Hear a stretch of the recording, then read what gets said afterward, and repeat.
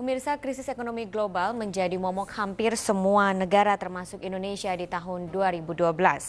Oleh karena itu, pemerintah mengintensifkan pembahasan rancangan Undang-Undang Jaring Pengaman Sistem Keuangan atau JPSK.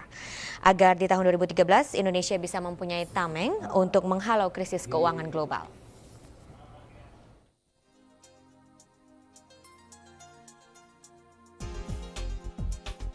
Krisis dan krisis. Itulah mungkin yang terjadi di belahan dunia barat. Krisis keuangan yang dialami Amerika Serikat tidak kunjung selesai yang menyebabkan Eropa juga tertular sakit. Krisis global menjadi momok setiap negara di tahun 2012, termasuk Indonesia. Spekulasi terus merebak seputar hantu krisis global yang bakal mampir menebar penyakit pada perekonomian dunia. Adalah Yunani, negeri para dewa-dewi, didera krisis keuangan yang menahun. Yunani terjerat utang hingga mencapai 262 miliar euro dengan defisit anggaran 6% lebih. 144% dari PDB saat ini. Sejumlah skenario terbatas utang disiapkan, termasuk mengajukan dana talangan kepada Uni Eropa senilai 110 miliar euro dan kepada IMF 45 miliar euro. Namun sayang, mendapatkan dana talangan tidak semudah yang diperkirakan. Krisis utang menyulut memanasnya suhu politik di Yunani. Pengetatan anggaran, terutama pemangkasan tunjangan pensiun, ditentang habis-habisan.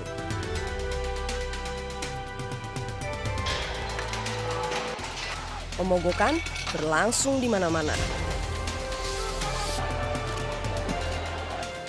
Yunani sekarat dan diambang default. Buruknya krisis utang Yunani menyebar bagai virus seantero Eropa.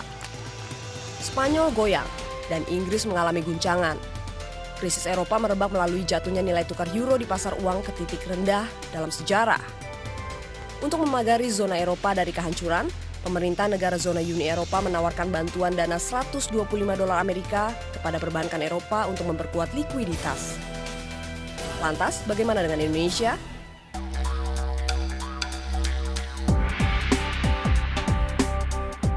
Indonesia salah satu negara yang tidak luput dari terkaman krisis keuangan global. Ditandai dengan melambatnya ekspor dan rupiah yang berfluktuatif terhadap dolar. Banyaknya aliran dana keluar dari Indonesia tersedot oleh kebutuhan dolar negeri, paman SAM, dan zona Eropa.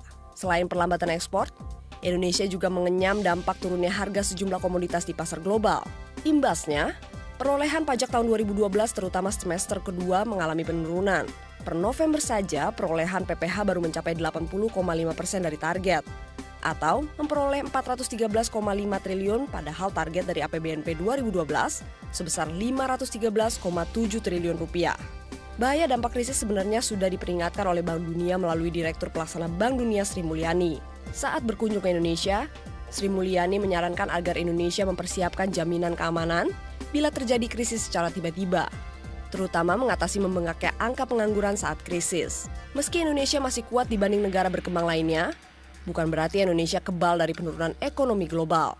Momok krisis global itulah yang kemudian membuat pemerintah mengintensifkan pembahasan rancangan Undang-Undang Jaring Pengaman Sistem Keuangan atau JPSK.